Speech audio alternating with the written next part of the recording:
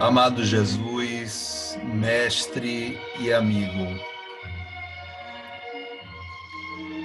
aqui iniciamos nosso momento de estudos doutrinários de hoje, rogando-te, Senhor, para que estejas conosco, nos amparando, nos inspirando na compreensão do que nos será proposto nesta noite. Dá-nos a proteção dos espíritos guias amoráveis, dá-nos a proteção das entidades sublimes responsáveis pela nossa educação moral e espiritual. E que enquanto aqui estejamos reunidos em Teu nome, sob o Teu sólio e proteção, possamos vibrar não somente pela nossa paz, pela paz dos nossos lares, dos nossos familiares e famílias, dos nossos entes amados, dos nossos amigos, mas também orarmos pela nossa grande família humana, pela nossa grande família planetária que passa por momentos de extremas dificuldades e de sombras, Senhor. Que seja em Teu nome sagrado e no nome de Deus que aqui iniciemos nosso momento de estudo desta noite, louvando-Te e a Deus, hoje e sempre, assim seja.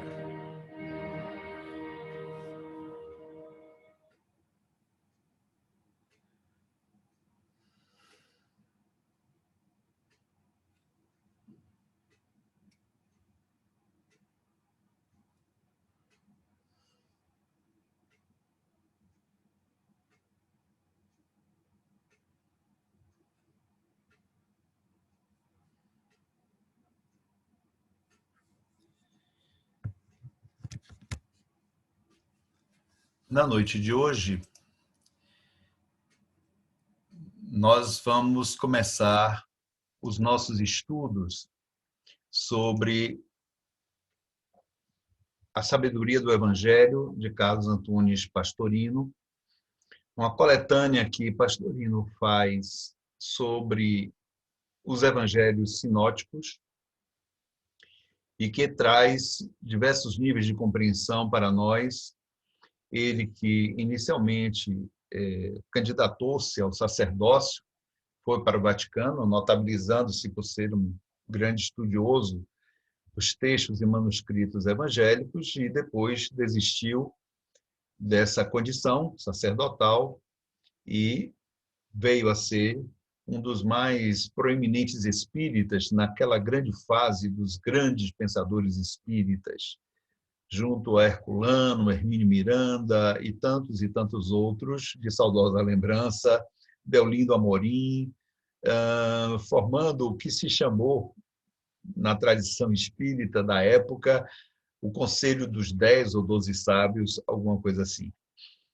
Para que a gente tenha ideia de quem foi Carlos Pastorino, conta a lenda, isso é uma lenda urbana, de que certa vez, estando reunido com Chico Xavier, incorporado por Emmanuel, e esse grupo de espíritas famosos, autores, intelectuais, comenta-se que Emmanuel começou a dizer sobre o passado de cada qual, articulando a antiga filosofia grega. E quando chegou no momento de Pastorino, que Emmanuel foi dizer o que ele poderia ter sido, ele então agradeceu, dizendo: eu agradeço ao Senhor, Emmanuel, o que possa me dizer, mas isso não me interessa, não é? Enfim, ele próprio passou para Emmanuel a noção do que realmente para ele era importante, né? Kardecianamente, diga-se de passagem, ele disse que não importava o que ele foi na vida passada, mas ele estava dizendo que o que importa é o que ele era agora.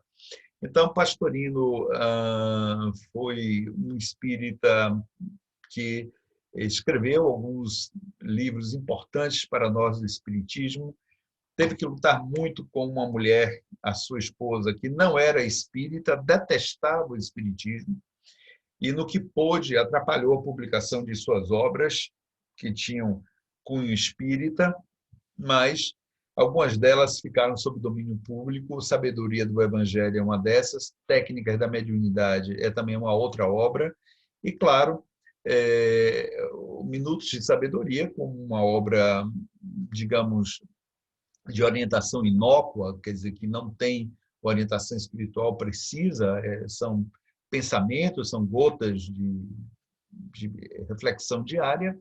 Esta aí sabemos o quão foi producente, o quanto rendeu, né?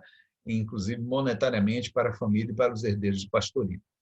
Mas, enfim, ele nos deixa a obra Sabedoria do Evangelho, que tem um sabor gnóstico, mas neste sabor gnóstico ele não perde as vinculações com os temas espíritas, não é? Então, nós vamos estudar aqui Sabedoria do Evangelho, não no sentido de transformar isso num novo Evangelho do Nefe. O nosso Evangelho continua sendo o Evangelho segundo o Espiritismo. Os nossos estudos das quintas-feiras visam buscarmos outras fontes de conhecimento, articularmos e fazermos as devidas relações possíveis e as que não são também possíveis com a nossa doutrina espírita, para que os que estamos aqui interessados em aprender mais, em adquirir alguma cultura espiritual, além da cultura espírita, possamos, sim, continuar no nosso aprendizado, que é infinito. Então, é com esta perspectiva que a gente vai trazer o estudo do volume 1 de A Sabedoria do Evangelho, de Carlos Pastorino. E hoje nós vamos necessariamente estudar a introdução, tá? Então, deixe-me passar aqui para o início dos slides.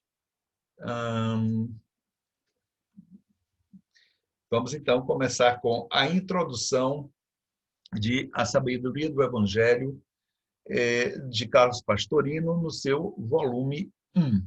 Tá? Bem, tem diversos aspectos técnicos que o Pastorino traz nessa introdução e é importante para a gente, para que a gente possa ver o Evangelho de um outro ângulo, de um outro ponto de vista, né?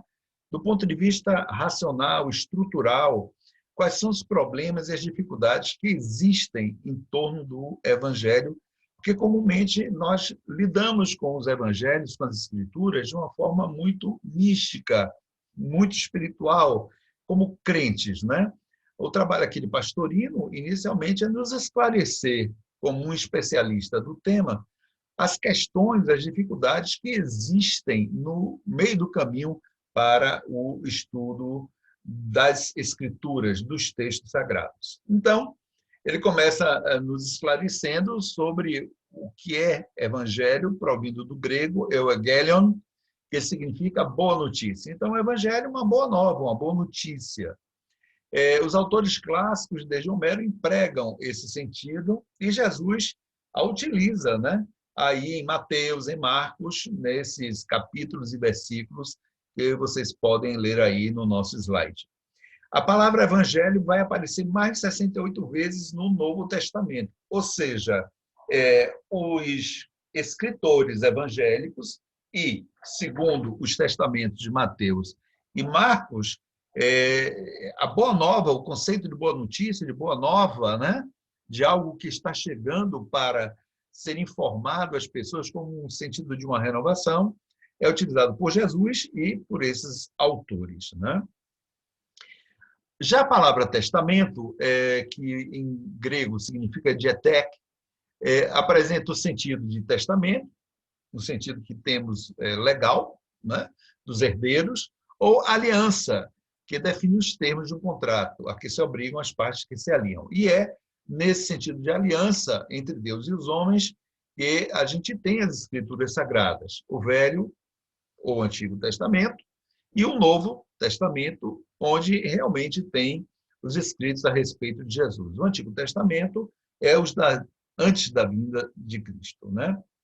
Mas também temos os elementos que são os cânones, ou seja, aqueles que são considerados dentro da regra estabelecida para o estudo de uma doutrina, de uma crença, e é exatamente isso que ela significa, a regra.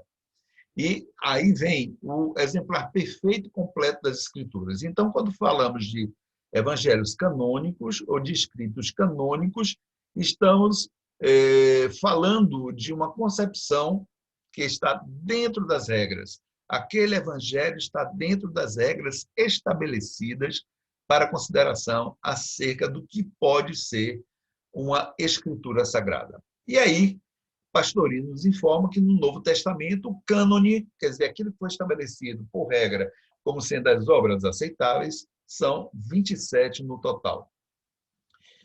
Temos, então, os livros históricos, Mateus, Marcos, Lucas, João e Atos dos Apóstolos. Né? Históricos no sentido de que todos os evangelhos, de uma forma ou de outra, narram as passagens, os momentos que Jesus viveu. Alguns referem à árvore genealógica de Jesus, como Mateus e como Lucas. Não é? Outros, sim, sempre mais passagens onde também estão os fundamentos morais. E Atos dos Apóstolos, que é um escrito que provavelmente foi feito por Lucas, que narra, né, as andanças dos apóstolos e de Paulo, principalmente. Temos as epístolas paulinas, e são fartas, abundantes, né? Romanos, Coríntios, 1 e 2, Gálatas, Efésios, Filipenses, Colossenses, Tessalonicenses 1 e 2, Timóteo, temos duas de Timóteo, 1 e 2, temos de Tito, a Filemon e aos Hebreus. Então, a gente vê que Paulo ele precisou escrever bastante. Né? A gente tem aqui em torno de 13 epístolas escritas por Paulo para dar conta das suas preocupações teológicas, das suas preocupações de orientação e de regras de conduta daquelas igrejas às quais ele estava ligado e era fundador. Né? Então, Paulo, como um supervisor apostólico, se comunicava muito com essas comunidades para mantê-las dentro dos parâmetros de interpretação, de compreensão do trabalho do Cristo, do ensino do Cristo, como ele assim o entendia. Portanto, são 13 cartas que servem até hoje para pensarmos, né, sobre o que esse apóstolo pós-vida de Jesus como encarnado, ele nos deixou como recomendações. Às vezes elas ganham até mesmo um caráter teológico. Né? Temos também as epístolas universais, ou seja, aquelas que não são dirigidas a ninguém, a nenhuma comunidade, que são direcionadas, pensa-se, aos cristãos em geral. São quase que reflexões e pensamentos deixados para a posteridade, como é o caso de Tiago, Pedro 1 e 2, João 1, 2, 3 e Judas, que não é Judas Iscariote, deve ser um outro Judas, né? E como livro profético, o Apocalipse, né? O Apocalipse de João, que finalmente forma o 27º livro ou elemento canônico dos evangelhos. Vamos agora ver uma anotação técnica, né, que Pastorino coloca na introdução para nos esclarecer. Por exemplo, ele fala dos manuscritos. Então, os manuscritos eles foram inicialmente escritos em papiros, que eram uma espécie de papel muito frágeis e que se deterioravam. Depois, foram escritos em peles de carneiro, passando a ser mais resistentes e duradouros. Então, os manuscritos que possam ter sido inicialmente escritos, né, registrando passagens de Jesus, podem ter se deteriorado e, na hora de serem copiados, podem ter sofrido inferências, adulterações muito profundas. Ou então, alguns desapareceram. Né? Em pele de carneiro, a gente vai ver que se torna duradouro, mas mais embaixo, mais adiante, em outros slides, a gente vai ver adulterações que poderiam ter ocorrido e que comprometem muito o conteúdo do que a gente considera canônico no Evangelho. Os rolos eram cópias feitas em folhas coladas umas às outras. Portanto, você se pegava papiros ou depois peles de carneiro, se colava uma a outra ou costurava, e aí você tinha um rolo formando uma tira enorme. Né? E esses rolos se organizavam também em volumes. Tinham também os códices. Os códices eram formados por páginas separadas e costuradas como os nossos livros atuais. Então, formavam livros tal como nós os temos hoje, só que essas páginas eram costuradas. E deixava-se uma margem para que, naturalmente, não se avançasse sobre o texto, né? Então, todos esses documentos, nos estudos evangélicos, nos estudos dos teólogos, dos pesquisadores, são manuseados. Manuscritos, rolos e códices. Temos agora a questão dos copistas, né? Que é um outro ponto técnico extremamente importante levantado por Pastorino, que podemos dizer que é basicamente um nogórdio na questão dos evangelhos, né? Ou seja, eles copiavam os manuscritos, eram também chamados os escribas, né? Lembremos dos escribas e fariseus e saduceus, né?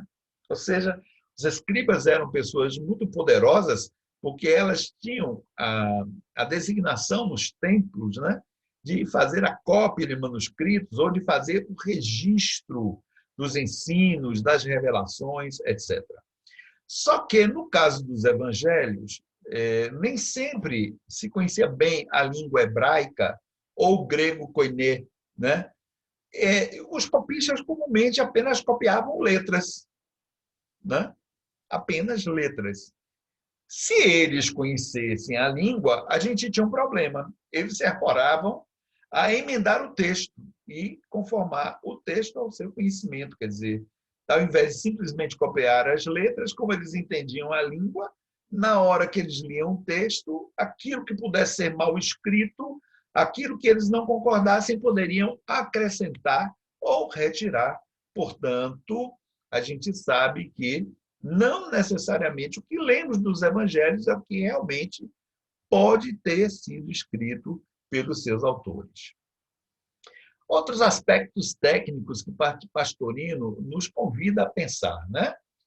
E que estão nas linhas dos manuscritos, dos rolos, dos códices, que são consultados como as fontes originárias dos ensinos evangélicos ou do Novo Testamento, além, claro, do Velho Testamento.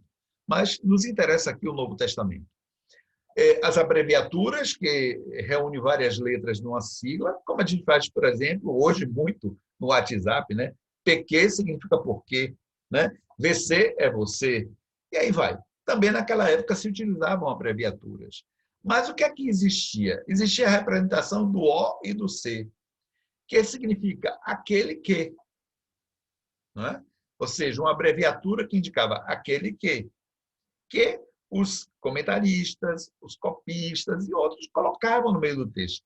Mas, olhem só, se houvesse um borrão de tinta, se houvesse uma expansão da tinta no pergaminho e no meio do O aparecesse um traço indicando a letra teta grega, né? O teta em grego é um O com um tracinho no meio, então isso passaria a significar, por exemplo, Deus, Theos, indicado pela letra teta, uma abreviatura de teta. Isso, por exemplo, está dizendo que está em Timóteo, capítulo 3, versículo 16. Então, será que realmente ali estaria se fazendo uma referência a Deus? Ou era uma letra O que indicaria uma outra coisa, né? Colação.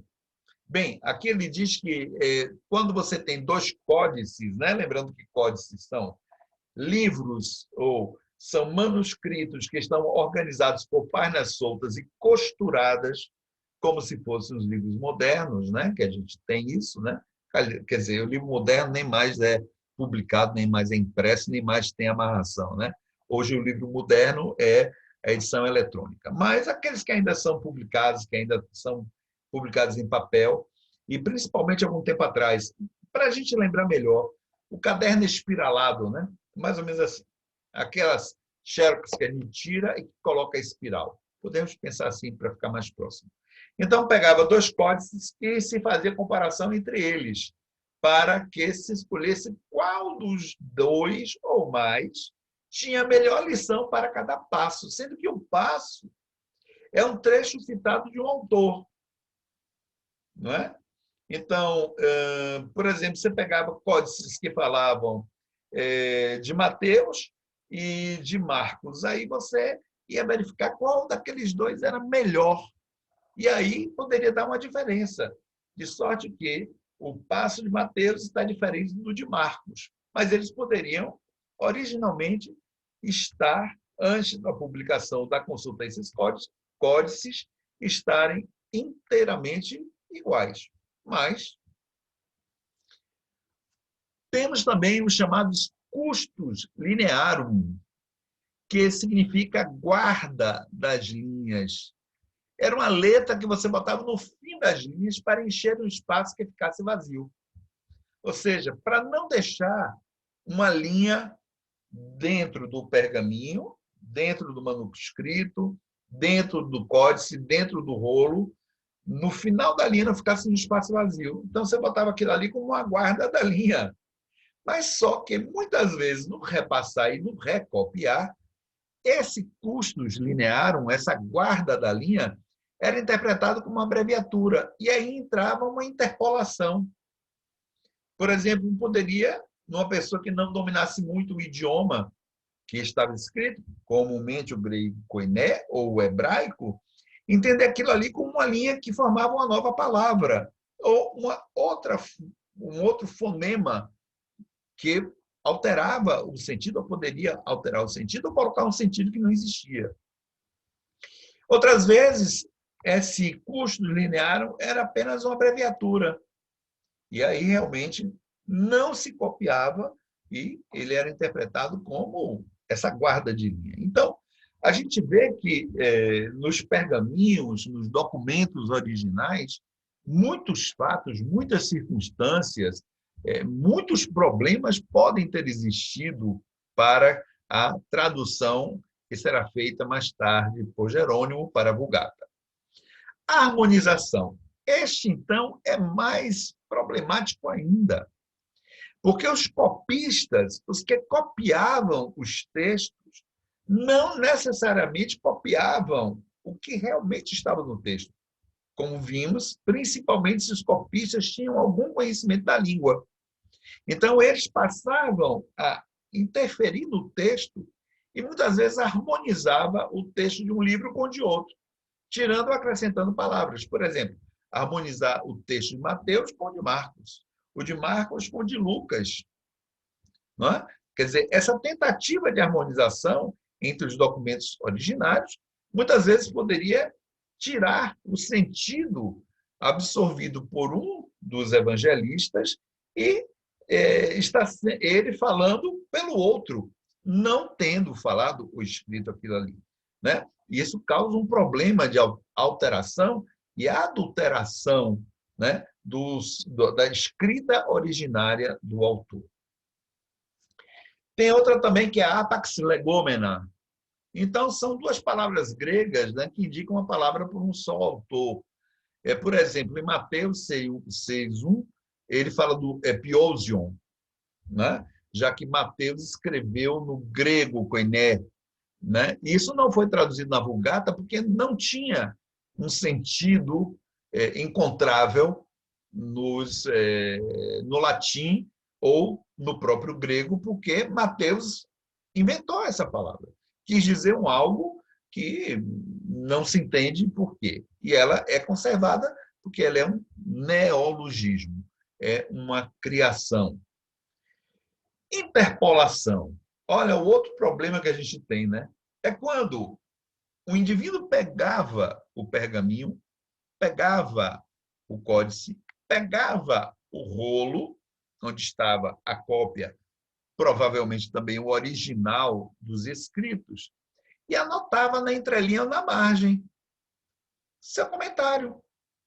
Aí o copista que ia copiar aquele material para reproduzir para outros, julgava que tinha havido um esquecimento do copista anterior e introduzia esse comentário como parte do texto.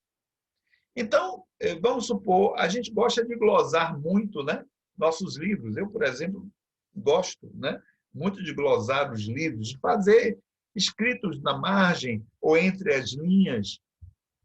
E supondo que alguém no futuro fosse pegar este livro e acreditar que tivesse havido um erro de quem inicialmente imprimiu o livro, e eu teria colocado aquilo ali, porque aquilo ali faria parte realmente do texto. E aí pega o que está originalmente escrito e coloca o meu comentário.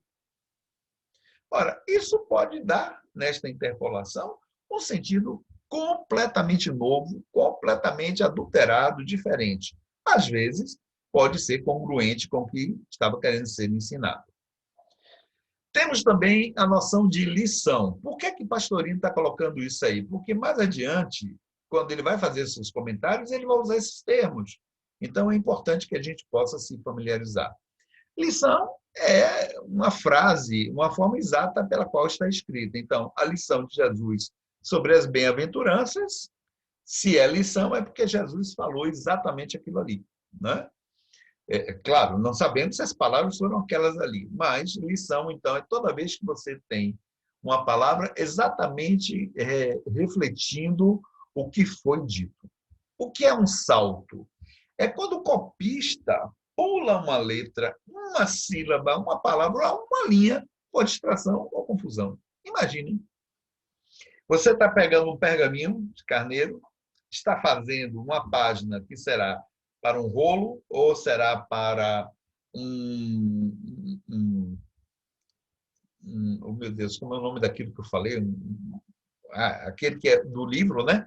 Agora me esqueci a palavra. E aí você tira aquela linha por distração ou confusão. E aquela retirada cria um novo sentido ou deixa uma coisa que não foi completa em termos do ensino, né? Então, ele está colocando isso porque nos evangelhos houve muitos saltos, né? Lembrei agora do códice, né? Então, o sujeito pegou o manuscrito, passou por um códice, passou por um rolo. Este rolo ou códice vai para um outro copista para ele distribuir por outras igrejas, outras pessoas, ou quem queira ter aquele manuscrito ou códice. Vamos supor, um códice ou um rolo do Evangelho de Mateus. Só que quando um copista pegou aquele que já era uma cópia, ele se esquece de botar uma linha. Imagine que era um rolo de papiro, né?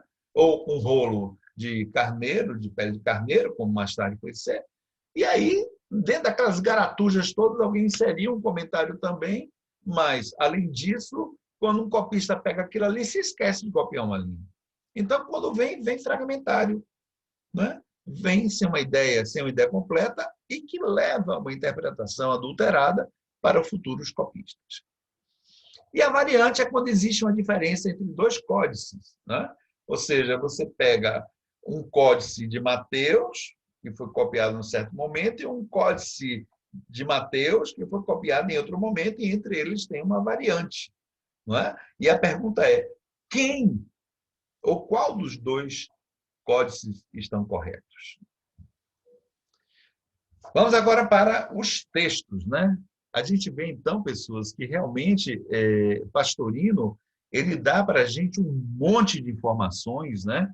Quer dizer, é de uma riqueza impressionante, mesmo sendo sintético, resumido, a gente poder entender os evangelhos do ponto de vista desses desafios, dessas dificuldades, né? Desses senões das publicações, das cópias, é extremamente importante que a gente possa pensar na herança que recebemos dos evangelhos sinóticos, né? Dos evangelhos que falam sobre Jesus e dos seus ensinos. Para a gente ver o quanto Kardec foi sábio quando se apegou apenas ao ensino moral de Jesus. E por quê? O que é que ele alega? Né? Vamos lembrar. Ele alega que, dos fatos históricos sobre Jesus, não podemos afirmar com toda certeza, porque justamente ele fala das interpolações, dos problemas da memória, dos escritos posteriores. Mas o ensino moral, tenha Jesus dito ou não, eles são tão importantes, são tão preciosos que não podem ser desprezados. Pelo contrário, eles podem ser um guia de conduta por qualquer modo. Então, Jesus ensina-nos, não é? Conforme os evangelhos, mas aquele ensino realmente aconteceu? Não sabemos.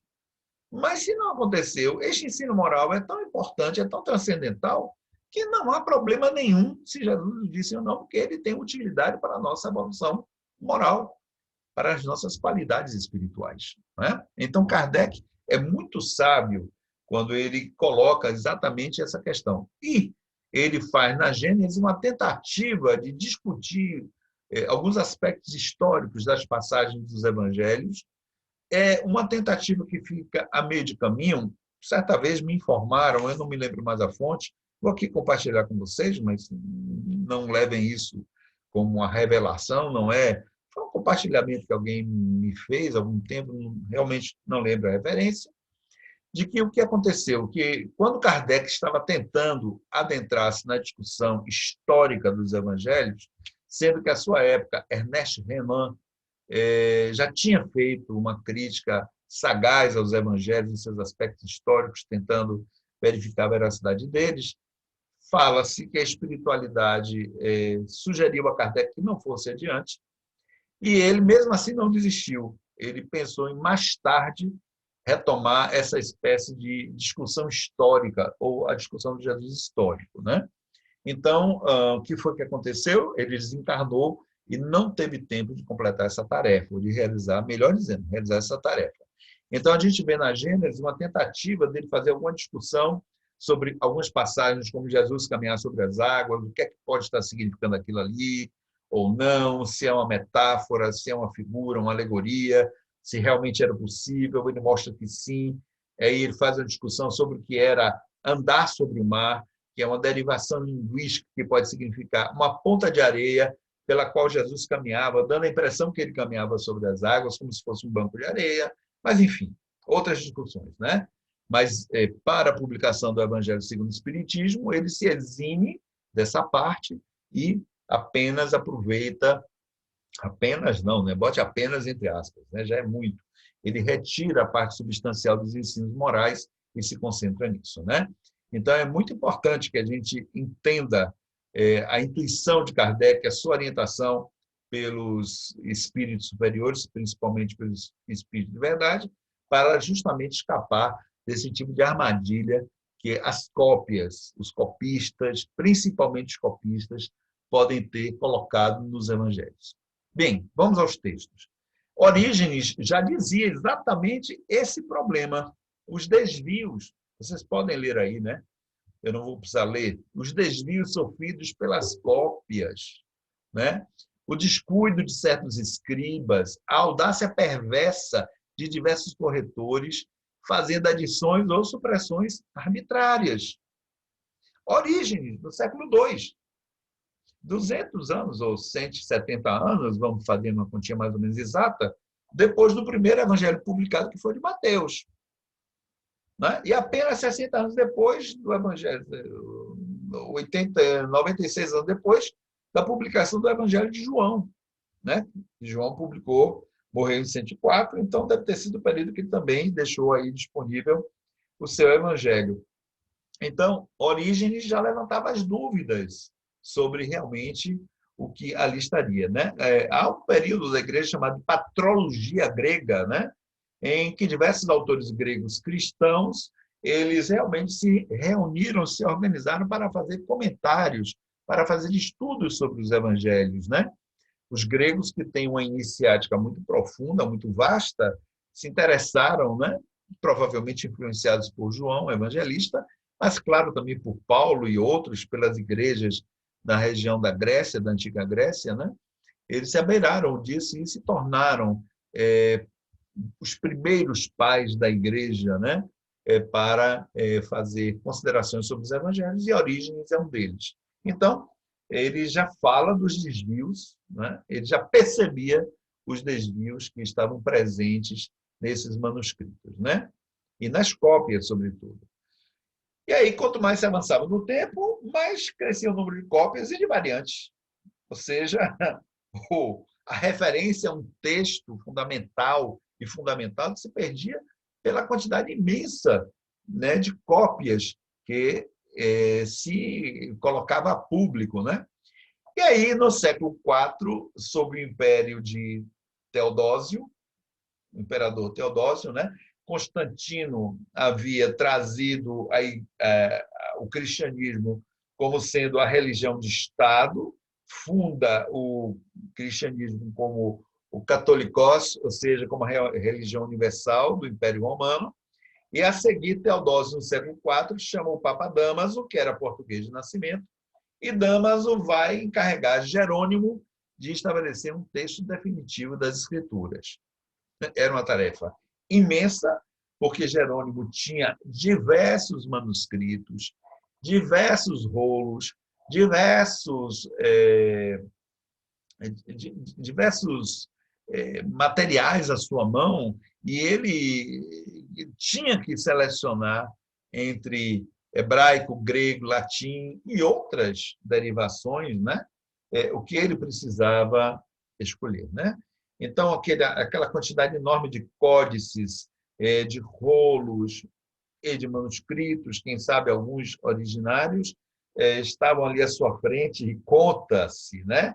Isso na lenda, que uma certa noite, ele desesperado, sem saber o que fazer, porque o Papa estava exigindo dele a publicação da Vulgata, né? Quer dizer, aquilo que seria colocado a vulgo, aquilo que seria dado a conhecer como realmente o cânone da Igreja. Ele pediu ajuda a Deus, conta a lenda, né? Que nesse momento houve uma grande ventania e que tudo foi jogado no chão, exceto os canônicos, os Atos dos Apóstolos e o Apocalipse, que ficaram em cima de sua mesa. Então, ele achou, segundo se conta, que esses eram os evangelhos canônicos escolhidos por Deus. Isso é lenda, não sabemos se isso aconteceu realmente, não é? E todos os demais foram considerados apócrifos. Então, é importante que a gente aqui ressalte de que não existe somente esses evangelhos que a gente estuda, Marcos, Mateus, Lucas e João. Existem outros evangelhos. Por exemplo, recentemente se descobriu o Evangelho de Madalena. Já se descobriu, e ainda não é canônico, mas já se descobriu e publicou o Evangelho de Tomé, que a gente, certa vez, fez uma palestra aqui sobre ele, no NEFA, em nossa reunião doutrinária, que é um evangelho interessantíssimo. Por quê? Porque Tomé não se centra nas questões dos milagres, não se centra na questão da historicidade. Ele aproveita apenas contextos para ressaltar o ensino vigoroso de Jesus. Então, temos diversos evangelhos, são centenas de evangelhos, de boas novas, de textos escritos, né? E aí a gente vai ver que Dámaso e Jerônimo tiveram essa tarefa ingente de organizar a chamada Vulgata Latina, né? De colocar para o povo. Não foi tão para o povo assim, viu, pessoas? Não foi tanto assim para o povo. Na verdade, essa Vulgata foi divulgada para alguns privilegiados. O povão mesmo só veio a obter a Bíblia como um material compulsável no século XVI, a partir da imprensa que foi criada, né, por Gutenberg, né? A gente sabe isso historicamente. Então, só a partir daí é que os livros, a Bíblia, os evangelhos foram divulgados, principalmente pelo pessoal da Reforma e da Contra-Reforma, porque a Igreja Católica Apostólica Romana, durante muito tempo, ainda manteve somente para os padres, para os teólogos, para os estudiosos das universidades, alguns privilegiados, o acesso aos textos da Bíblia, né? Do Antigo e do Novo Testamento. Então, a tradução latina de Jerônimo tem o nome de Vulgata, edição para o vulgo, mas vulgo é povo, mas não foi durante muito tempo. A partir de Jerônimo, foram necessários mais ou menos 1.200, 1.300 anos para que realmente, pela reforma de Lutero e a Contra-Reforma, esses escritos fossem publicados e distribuídos para a população. Então, isso tem um caráter dogmático para os católicos romanos, né? Quanto à língua original dos textos, foi escrito, já falei, no grego koiné, comum, popular, é o grego popular, não é? Então, não é o grego clássico, não é o grego refinado, não é o grego dos filósofos, dos pensadores, não é? E ele tem um colorido muito hebraísta, né? Quer dizer, embora escrito em grego, ele tinha um colorido hebraísta. Por quê? Porque todos os autores eram judeus, exceção feita a Lucas, que era grego, não é? Então, provavelmente, o Evangelho de Lucas está escrito num grego mais qualificado. Talvez não tenha sido no grego clássico que ele poderia escrever, porque ele tinha formação superior, era médico, né? Teve uma criação bastante abastada, mas ele deve ter escrito num grego facilitado, porque a ideia era deixar os escritos para os hebreus. E como os hebreus só tinham um domínio, e quando tinham do grego koiné, então ele provavelmente facilitou a escrita, escreveu de uma forma mais simplória, embora devesse dominar realmente o idioma, né, clássico dos gregos, o grego clássico. Então, vamos para os evangelistas, né? Aqui vamos repassar algumas informações que o Pastorino nos dá. Mateus significa Mataios, em grego, né? Quer dizer o dom de Deus, ou Teodoro. Então, a gente pode entender que Mateus é um dom de Deus, né? É uma dádiva de Deus. É interessante isso, tá? Porque ele era um cobrador de impostos. Era um cobrador de impostos, né? Era um homem recusado socialmente. Então, é interessante que ele seja considerado um dom de Deus. Mas o nome dele, em hebraico, era considerado Levi, né? Então, alguns chamam de Levi Mateus. E Levi, ou levita, é um legislador, é um sujeito que trabalhava com as leis, sim. Ele era um indivíduo que fazia cobrança de impostos, seria uma espécie de agente fiscal federal, né? Sem dúvida. Marcos, o João Marcos, era sobrinho de Pedro. João era hebraico, mas Marcos era latino, né? Esse hibridismo é compreensível porque os romanos dominavam a Palestina desde 70 anos antes de Cristo, né? Então, é como se a gente tivesse aqui os nossos nomes hoje, né? Creyson, Gleison, né? Anne, Poliane, Marianne, né? Esses nomes ingleses, né? Claude, enfim, esses nomes que são parte dos hibridismos culturais se justificam na Palestina de então, porque havia 70 anos de dominação antes que Jesus viesse ali estar. Lucas é uma abreviatura de Lucianus, né? Ele não era judeu, era um grego puro de nascimento e de raça, né? Como disse, ele escreveu numa linguagem correta entre 66 e 70. Gente, se a gente fizer aqui uma conta, é bastante tempo depois da presença de Jesus entre nós. E pensando que Lucas, quando veio em busca das notícias de Jesus, já deveria ser um homem relativamente maduro, né? Não era um menino, tudo indica, né? Vamos botar aí ele pelos seus 30 anos, 40. Quando ele escreveu, vamos botar isso aí, né? 30 anos, 40, que provavelmente não era um menino de 16, 17, 18 anos, né? Porque antes ele viveu na Grécia, né? Tem uma bela história de Taylor Caldwell, chamado Médico de Homens e Almas, que fala exatamente sobre a saga de Lucas no seu encontro com Jesus. Ou melhor, no seu encontro com Maria, através da qual ele começa a escrever seu evangelho. Bem, no caso de Lucas, a gente vai ver que ele, segundo Caldwell, ele, sim, vem de uma família grega, depois vai para Roma, serve na corte romana, era um homem belíssimo, muito bonito, além de médico, era belíssimo, mas ele era um sujeito inibido em termos de vida sexual, porque ele gostava de curar pessoas.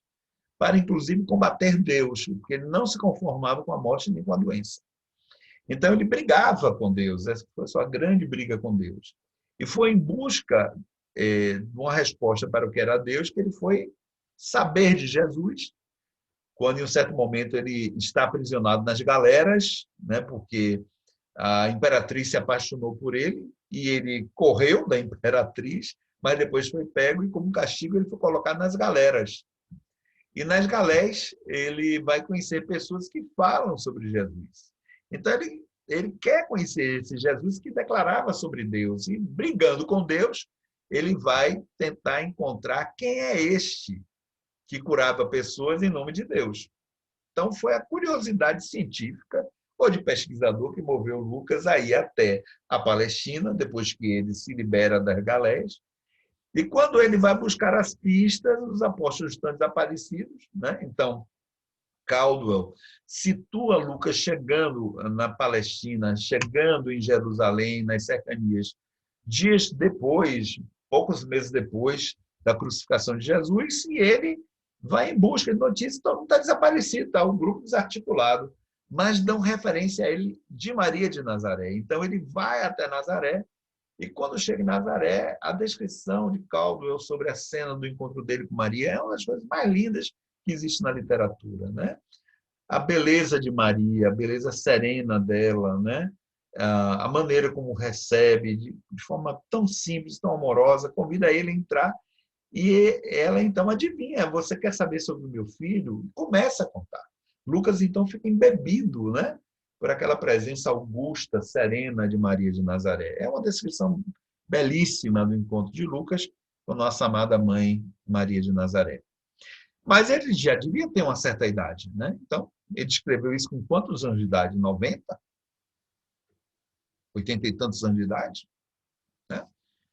Enfim, Paulo foi o seu companheiro, ou melhor, ele foi companheiro de Paulo, né? Quer dizer, um e outro foram companheiros, ambos se acompanharam, e Paulo chama de médico querido, isso está na segunda carta dos Coríntios, capítulo 12, versículo 17. Então,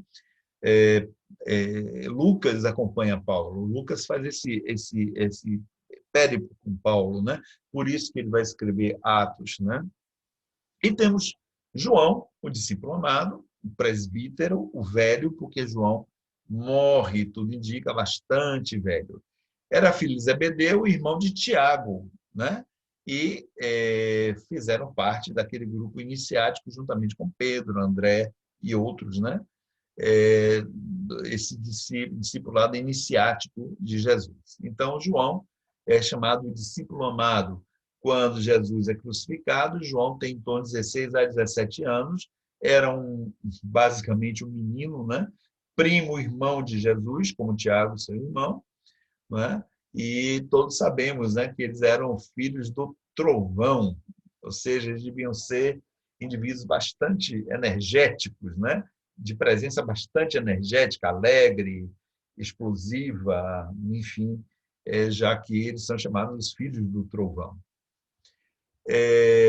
João escreveu entre 70 e 100, desencarnou em 104. Portanto, 96 anos, ou 90 a 100 anos antes das considerações de Orígenes, né? O estilo de João é altaneiro, condoreiro, o evangelho está cheio de simbolismos iniciáticos gregos, não hebraicos, mas gregos, dando origem a uma teologia. Quer dizer, João, então, inspira uma teologia. Alguns comentaristas da patrologia consideram que ele escreveu o chamado evangelho pneumático, né? O evangelho espiritual. Pergunta Pastorino, o evangelho psicografado? Talvez. Mas, linguisticamente, Lucas é o mais correto, por causa do grego e a sua cultura, a sua instrução. Marcos é o mais vulgar, ou seja, é o que escreve mais arranhado, né? Já Mateus e João escrevem numa linguagem intermediária, primeiro, porque João viveu muito entre os gregos, embora não tenha se aprimorado no grego clássico, no grego culto, e Mateus, porque, como ele era um cobrador de impostos, ele teria que necessariamente falar latim e grego, porque o grego era para os romanos uma segunda língua, não é? Nos seus domínios. Então, onde os romanos estavam, os termos gregos eram empregados, provavelmente muitos diálogos se passavam no grego. Se não um grego clássico, que os romanos provavelmente não falariam, mas pelo menos um grego popular, né? E Mateus, por lidar com muita gente como cobrador de impostos, provavelmente tinha pessoas vindas da Hélade na época, né? Que moravam na Palestina, passavam pelas cidades, né? Tal como Jerusalém. Vamos então para os sinóticos, né? Os sinóticos, os sinópticos, né? São Mateus, Marcos e Lucas, seguindo o mesmo desenvolvimento. Quer dizer, eles podem ser considerados uma coisa muito consistente um com o outro. A linha de narrativa, a linha de proposição é basicamente a mesma, não é? Mateus e Lucas fazem, por exemplo, uma apreciação genealógica de Jesus. Lucas é mais completo do que Mateus, porque Lucas teve contato com Maria, né? Mateus provavelmente nunca se interessou, né? Marcos não tem essa genealogia, se eu não me engano. Mateus está muito mais preocupado em ressaltar a natureza divina de Jesus. Marcos se concentra muito mais em ressaltar os aspectos taumatúrgicos, miraculosos de Jesus, e Lucas é mais analítico, ou seja, ele tenta fazer uma demonstração como um relato analítico de um médico, aquilo que ele foi narrado por terceiros. Então, Mateus foi o primeiro a publicar o seu evangelho, Marcos resumiu o evangelho de Mateus, seguindo Mateus, né? Então, Marcos vem depois de Mateus, mas faz um resumo de Mateus. E aí, Pastorino diz que muitas outras pessoas seguiram o exemplo deles, né? E aí teve uma centena de resenhas dos Atos de Jesus. Aí Lucas resolve organizar, quer dizer, Lucas antecede Jerônimo na Vulgata, né? Tentando pegar aquele material e organizar uma narração escoimada de falhas. Então, Lucas, como um bom analista, como um bom, né, acadêmico, digamos assim, da sua época, ele resolve organizar aquela barafunda de informações para poder organizar uma narrativa mais consistente. Bem, agora Pastorino vem considerar acerca da inspiração. Ele parte do princípio, da petição de princípio, sim, de que os escritos antigos são inspirados, né?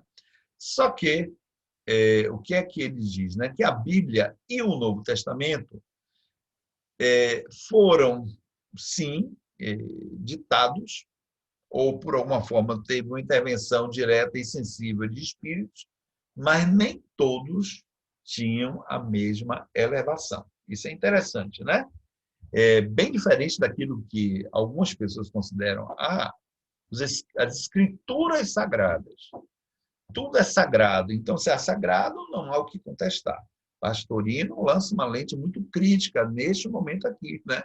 De forma inteiramente kardeciana. E aí, no segundo parágrafo, vocês já vão ver por quê, né? Então, é óbvio que, principalmente no Antigo Testamento, há passagens que são inspiradas por espíritos grosseiros, por espíritos rudes, às vezes, né? A concepção de Yahvé no Antigo Testamento é uma concepção rude, né? Mas, mesmo no Novo Testamento, nós podemos considerar que deve ter havido muitos equívocos feitos por espíritos encarnados e desencarnados muito rudes e inferiores, como, por exemplo, colocar Madalena no lugar de prostituta. Madalena não foi prostituta. Madalena foi uma mulher rica que veio de Magdala renunciando à sua riqueza para seguir Jesus. Apaixonada por Jesus. Apaixonada carnalmente. Mas ela vai se trabalhar para renunciar a esta carnalidade e se voltar para o mestre com amor espiritual, né? No que lhe deve ter sido uma dura disciplina. Então, tratá-la como uma prostituta, como uma perdida, Não é uma colocação correta, né? Então, não sabemos se espíritos encarnados ou desencarnados colocaram essa pecha sobre ela. Talvez os apóstolos não a considerassem necessariamente assim, tivessem muito respeito por ela, porque Jesus a respeitava. Agora estamos conhecendo a história de Magdala, de Maria de Magdala. Jesus tinha nela uma discípula. Era a única mulher entre os discípulos, a única autorizada. Isso, em se considerando aquela época, é uma coisa extraordinária. Então, não era qualquer pessoa que iria encantar Jesus, ele se deixaria encantar por um corpo, por uma mulher, para consenti-la como uma discípula. Se ele consentia, porque ele via no espírito de Magdala uma coisa extraordinária, né? Um testemunho extraordinário, uma cultura, um intelecto, uma compreensão, né? Uma intuição extraordinária do seu ensino. Então, o que o Pastorino diz? Olha, por que houve uma resistência em reconhecer os fenômenos da psicografia, né? Da psicofonia, da audiência e da vidência, dos processos das escritas, né? Do Antigo e do Novo Testamento? Né? Ele diz, os comentadores se perderam em divagações cerebrinas porque não quiseram admitir isso, coisa que hoje é normal e comum. Não é? A partir de Allan Kardec, os sábios e pesquisadores demonstraram a realidade dos fenômenos da escrita, da fala mediúnica, da audiência e da vidência. Então, podemos perceber, a partir de Kardec, ressalta Pastorino, que o que se recebeu nesses escritos, por intervenção de espíritos, muitas vezes, pode ter sido tanto por espíritos muito elevados, o que parece acontecer, em outros momentos de espíritos não tão elevados, às vezes vulgares, às vezes no nível das pessoas que estavam fazendo copismo ou até dos autores originários. Agora vamos para a interpretação. Aqui a questão, já estamos terminando, tá, pessoas? Acho que só faltam mais 2 ou 3 slides aqui. Já estamos terminando. Aqui é que a gente tem uma questão muito sensível e que eu acho importantíssimo que Pastorino nos ensina. Leiam o que está aí, ó. Para interpretar com segurança um trecho da Escritura é mistério. Eu vou colocar aqui. Para interpretarmos com alguma segurança o pensamento dos evangelhos, me permitam a substituição, é mistério. É importante que, primeiro, temos a isenção de preconceitos. Olha que desafio. Porque nós somos pessoas muito, profundamente preconceituosas em muitos e quase em todos os níveis. Temos uma mente livre, não subordinada a dogmas. Quer dizer, temos a capacidade de abertura mental para nos debruçarmos sobre esses escritos, para refletirmos sobre eles, não dogmatizando as coisas. Outro ponto, inteligência humilde, ou seja, sermos pobres de espírito, que a pobreza de espírito que fala Jesus não é ignorância, não é ingenuidade, é termos inteligência humilde para entender o que realmente está escrito e não impor o escrito que se tem em mente.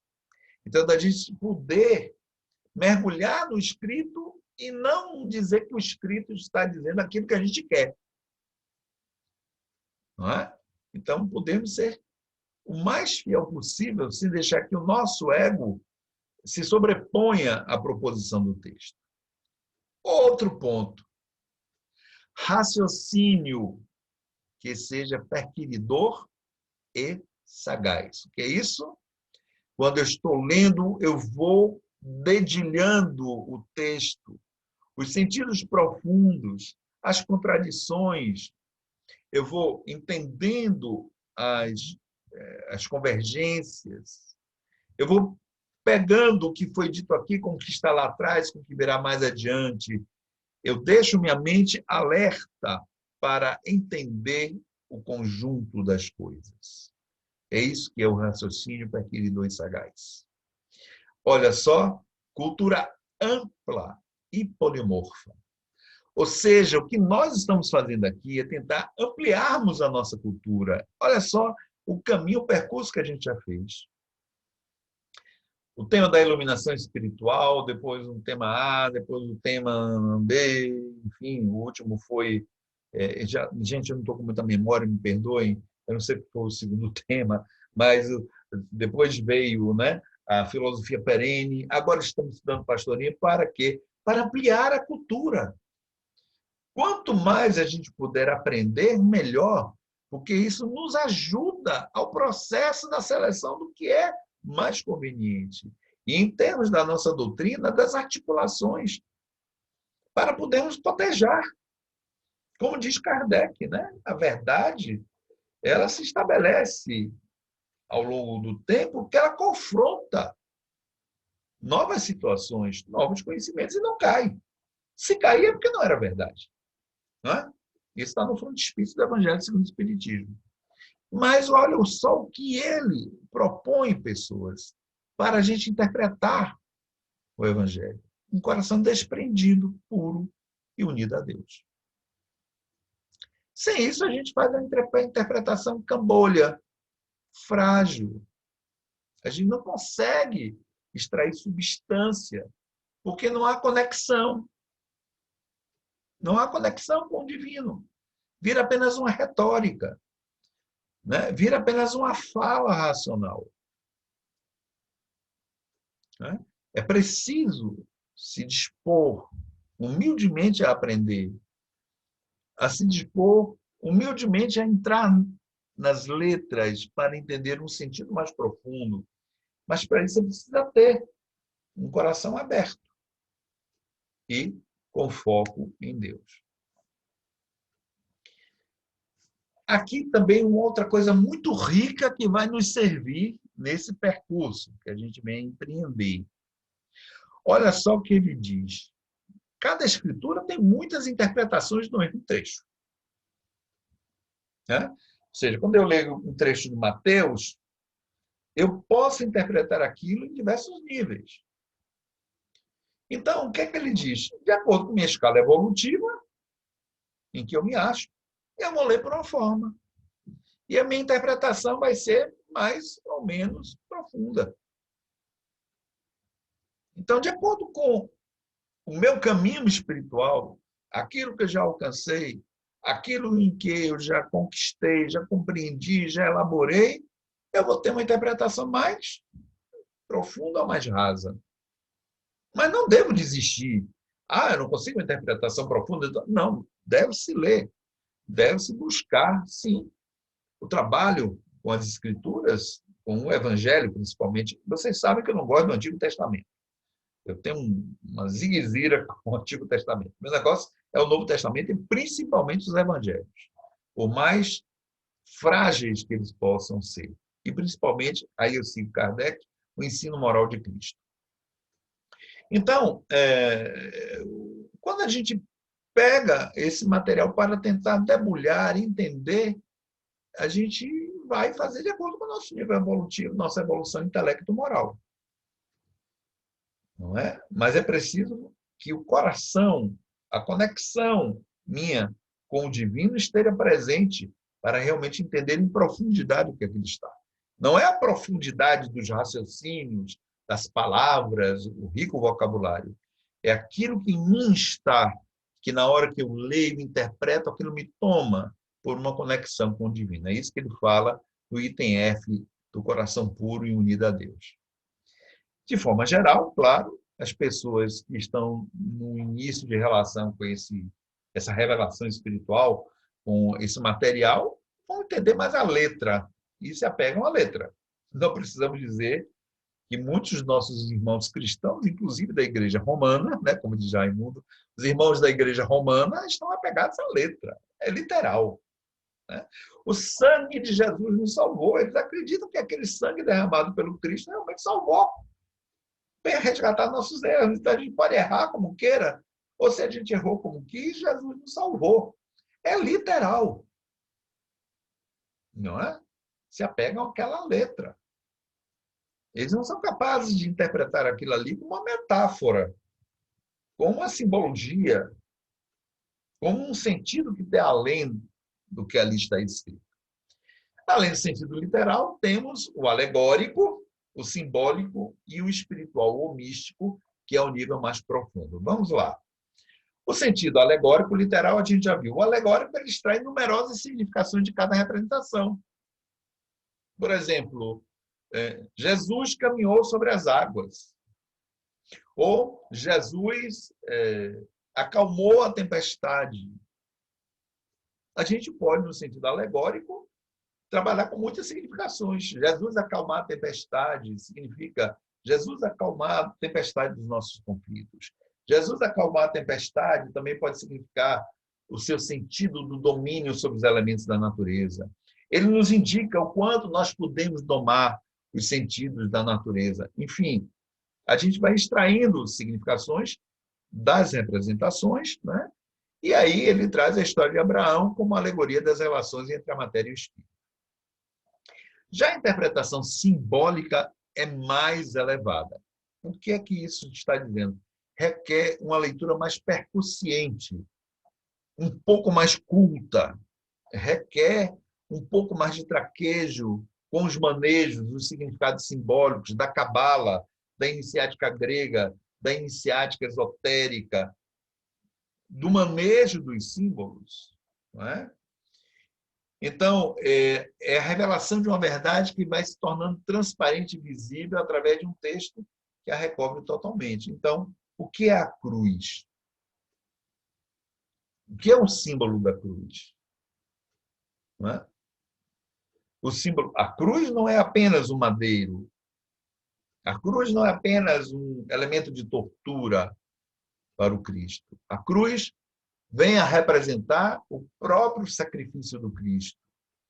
Mas a cruz, em certas condições, quando você tem o travessão principal mais elevado e o horizontal mais elevado, demonstra, né, a verticalização e a horizontalização no encontro, representando isto, né, um elemento de conflito entre o espiritual e o humano na horizontal, o espiritual na vertical. É o símbolo do sacrifício, símbolo da doação. Então, é preciso ter uma certa relação com os elementos simbológicos para interpretar. E, finalmente, nós temos a interpretação espiritual. Essa é aquela que os místicos têm, que a gente viu aqui, por exemplo, nas expressões de alguns místicos da filosofia perene. Bayard de Bistum, Eckhart, Santa Teresa de Ávila, João da Cruz e outros místicos. Ou seja, quando a gente faz uma interpretação espiritual ou mística, dificilmente a gente encontra palavras porque aquilo fala a uma condição mais profunda. Quando ele fala aqui do eu mais profundo, tá? Essa é uma expressão advinda do cristianismo esotérico. Não se trata do eu profundo de Jung, tá? Jung pegou isso e apropriou-se para ele. Esse eu mais profundo é uma concepção esotérica. Significa o grau mais profundo da nossa identidade espiritual. Então, não é o eu do ego, não é este ego que fala, este ego das identidades, das personas. É algo referente à nossa condição divina, à nossa chama divina, a nossa porção mais divina, mais profunda. É isso que é o eu profundo. Então, é este eu, que é a nossa chama divina, a nossa consciência divina, que percebe, capta, mas não expressa em palavras. Então, você cai em uma união mística com o divino, através desse divino que reside em nós. Faz uma conexão. Comumente, você vai ao êxtase, porque, ao se debruçar sobre este sentido profundo, entendido pelo eu profundo, capturado pelo eu profundo, aquilo lhe toca de tal sorte que você entra num estado de ensimesmamento, e nesse ensimesmamento você faz a conexão com o divino que há em você e, por consequência, ao divino que está no universo, né? Então, a interpretação espiritual é a mais difícil de ser expressa em palavras. É a mais difícil. Requer que a pessoa entre nessa experiência para abeberar-se, né, na sua condição. Por exemplo, quando Jesus disse: eu vim para que tenhas vida e vida em abundância, essa sentença, quando entendida, não é? Num sentido mais profundo, ela nos leva a um êxtase, né?